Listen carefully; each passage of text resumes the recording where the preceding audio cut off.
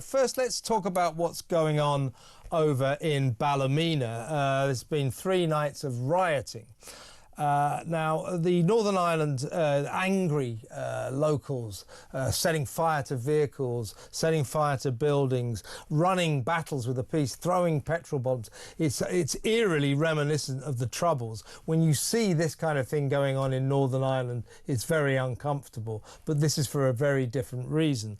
Now, is it good enough for various politicians, particularly the Northern Ireland Minister, Michelle O'Neill, First Minister, to dismiss this rioting as, this is what she said, pure racism, there's no other way to dress this up. Now, you know, of course, we utterly condemn the violence. You cannot condone what that mob is doing. You can't fight running battles with the police. That is totally wrong. But there are shades of Southport here, I think. You know, why are they rioting? The BBC is barely telling you. The reason they're rioting is that 2 teenage migrants from Romania, there's a lot of migrants in this area, both 14 years old, have been charged with alleged, excuse the details, but I think we have to be precise here, with the alleged oral rape of a local girl. Allegations. Now, all the BBC is saying is when these 2 youths appeared in court, they required a Romanian interpreter. They couldn't quite bring themselves to say they were Romanians. They're Romanian migrants charged with the oral rape of a local girl, another teenager. So that's why this crowd is furious. They are rioting because of this. They are rioting because they see this as the tip of a migrant crisis iceberg, that this is an area with many, many migrants, and they've come in. This crime has happened, just like in Southport. When they thought that the perpetrator could be a migrant. In fact, they were only slightly wrong. It was the son of a migrant. But that's what's going on. It's not pure racism. We don't condone it, but it's not pure racism. It's because this local community are very worried about the people, the foreigners that are being imposed on them. Yeah, right. So first of all, this is not a unique set of circumstances. If you were to right now, Kev, go on Google and type any name of a European capital city in Western Europe and put anti-immigration protest and do a search, you will find that similar scenes are taking place in Berlin, in Madrid, in Lisbon, in Paris, in Frankfurt, in the UK. You know, these are happening even in the Canary Islands. Protests against this mass migration are happening everywhere. Now you go to America and you see that now mass deportations are taking place. There are protests against that. We in the West are at tipping point on this issue. Yeah. And why? Because as much as they've tried to recondition humanity, to think of the world as one human race, that we can all just get along with the same flesh and blood made by the same creator. And so that's that. Great. We can all just be together, whoever comes from wherever, with whatever culture, it's just going to work out because we're all humans. Well, here's a wake-up call. If I was a zoologist studying a species of animals, and I saw that regularly different tribes of bonobo monkeys often ended up falling out, fighting for territory and marauding, I would go, do you know what? Bonobo monkeys are tribal animals biologically. I think that you only have to apply a brief examination to humankind and all the conflicts and wars and conflagrations and civil wars that humankind often find themselves embroiled in, to realize that as a species, we are tribal animals. Now, I know that we don't allow ourselves to be this sort of bestial, animalistic, who cares, this is how we're programmed to be by the laws of nature. A group of people we're better and higher than that. But at the same time, you cannot discount how humans are fundamentally wired to be. And it isn't racism, it is just normal, okay? It is pattern seeking. It is finding empirical evidence. It's looking at these men rape our women. These people steal from us. These people don't contribute and take out of the system. These people, on the other hand, are peaceful and settled and integrate and help and are not enemies to the tribe, but allies to the tribe. And humans are not stupid. They know how to pick this out, and they know what they see and they know what they're going to react to. And so this social experiment of throwing everybody into a cauldron, stirring it up and not expecting expecting the pot to boil over when the flames are turned up to full blast is utterly ridiculous. And like I said, what is happening right now in Northern Ireland is not unique. It is happening in every single big city in Europe on a regular basis. The mainstream media aren't covering it.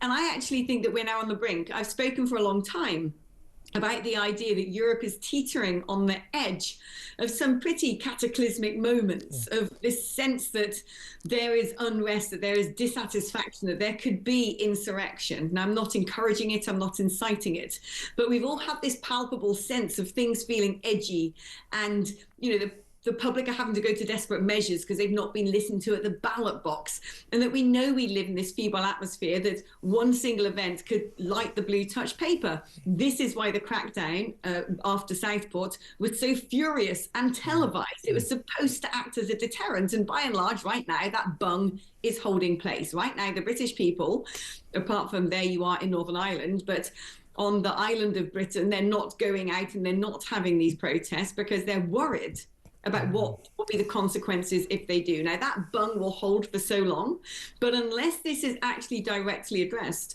unless people are deported, unless there are no more incidents, unless they can actually see, the public of all of Western Europe, that there is real manifested change to this situation, then this is not going to go away. What's going to happen will be a crackdown on the general public in order to try and maintain a sense of law and order, because tempers are now spilling over. And also, Alex, sorry to interrupt. Also,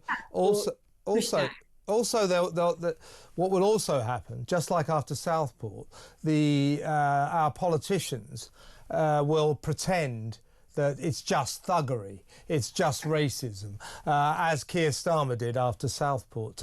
These aren't protests. These are just far-right thugs causing problems. No.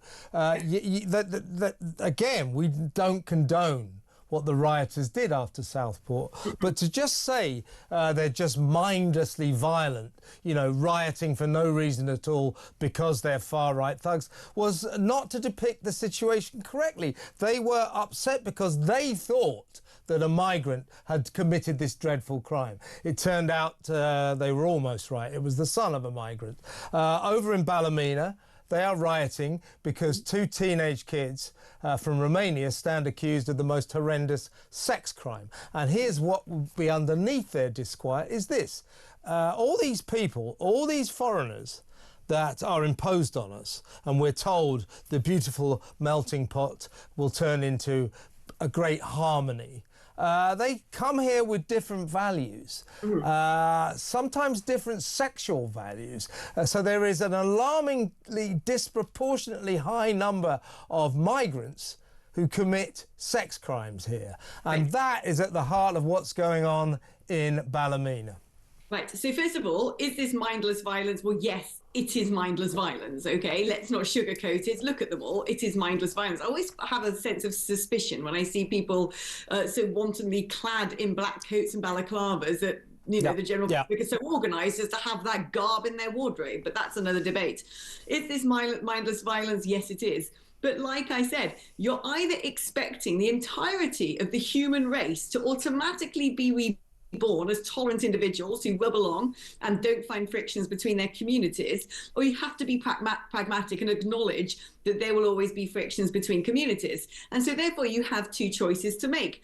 Either you make sure that people coming into Britain will adopt our ways and our values so as not to be frictious against the domestic-born population, or you suppress the domestic-born population and expect them to shoulder and absorb the sort of crimes and the sort of culture that we absolutely object to, that disrupt our way of life and disrupt our social glue and our moral fabric that has been in place for 2,000 years. Now, what governments are choosing to do, because they're too lily-livered about addressing the problem, is pushing down on the domestic population to somehow be able to have the patience of a saint and turn the other cheek when they see their women and girls being attacked. That is not going to work out. They're also the politicians, and it's going on in and the police, and it's going on in Ballymena right now, they create a false narrative that you use the term mindless violence. It is mindless violence, except there's a reason for it. What the politicians and the police try to create is the idea that there's no reason for this. They're just having fun smashing stuff up. That's what's wrong. It's easier for them to demonise the native-born population and accuse them of being mindless and violent and racist and make them bear the weight of shame and try and force them to absorb this, because that's what, as politicians, they're doing. They're not healing the solution. What they're doing is forcing us to absorb it. And so then they're having to use slurs against us and our demeanour and our character to shame us into absorbing this, when what they need to be doing is being pragmatic and realizing you cannot keep the tap running on hot at full blast and expect the bathwater to be comfortable to get into. Absolutely, and I think we're sort of at critical mass with our migrant crisis, and I don't want to be a harbinger of doom, but what we're seeing in Ballymena, if we're not careful, that is going to go on all over the country. You know, when these more and more migrants come into the country, they don't tend to, or many of them don't tend to be all that law-abiding. When they commit terrible crimes, it's going to really upset the local communities, and it won't be good enough for Keir Starmer to just say they're just far-right thugs. It's not enough. It's not enough. There's going to be trouble. I hope it doesn't happen, but I think there is. I think we're on the precipice. I think we are. I agree with you. Just before you go, you're going to be getting up very early at the weekend. Tell us all about it. Well, my eye mask is going to be on. I'm going to be going to bed at 7 o'clock on Friday because I'm going to be sitting in for David Ball, who is no longer with us. Well, he is with us. He's not passed on to the other realm yet, but he has decided his energies are better focused as chairman of Reform. I salute that, and I wish him all the best. Yeah, we do. Yeah. But as the station decides how things are going to shake down, I'm going to be looking after everybody over their cornflakes on Saturday and Sunday. So if you are normally an avid Talk TV listener and don't listen to Weekend Breakfast, or you listen to my show and you don't know where to find me on the schedule, then I am going to be hosting you. I get up at 6 in the morning. Why don't you? I have to get up at about 3. But put that kettle on and come and join me, and I will give you all the news and just try and keep you entertained and give you a good start to your weekend. 6 a.m. I'll definitely be up listening to you. He lied. But you're also doing the mid-morning show tomorrow, aren't you? 10 a.m. and I believe I'll be joining you at 12:30. So everybody, the high point of Alex's show tomorrow will be 12:30 p.m. when I join her. Alex, great to talk to you. Good luck with the weekend show, and we'll talk tomorrow. Alex Phillips there.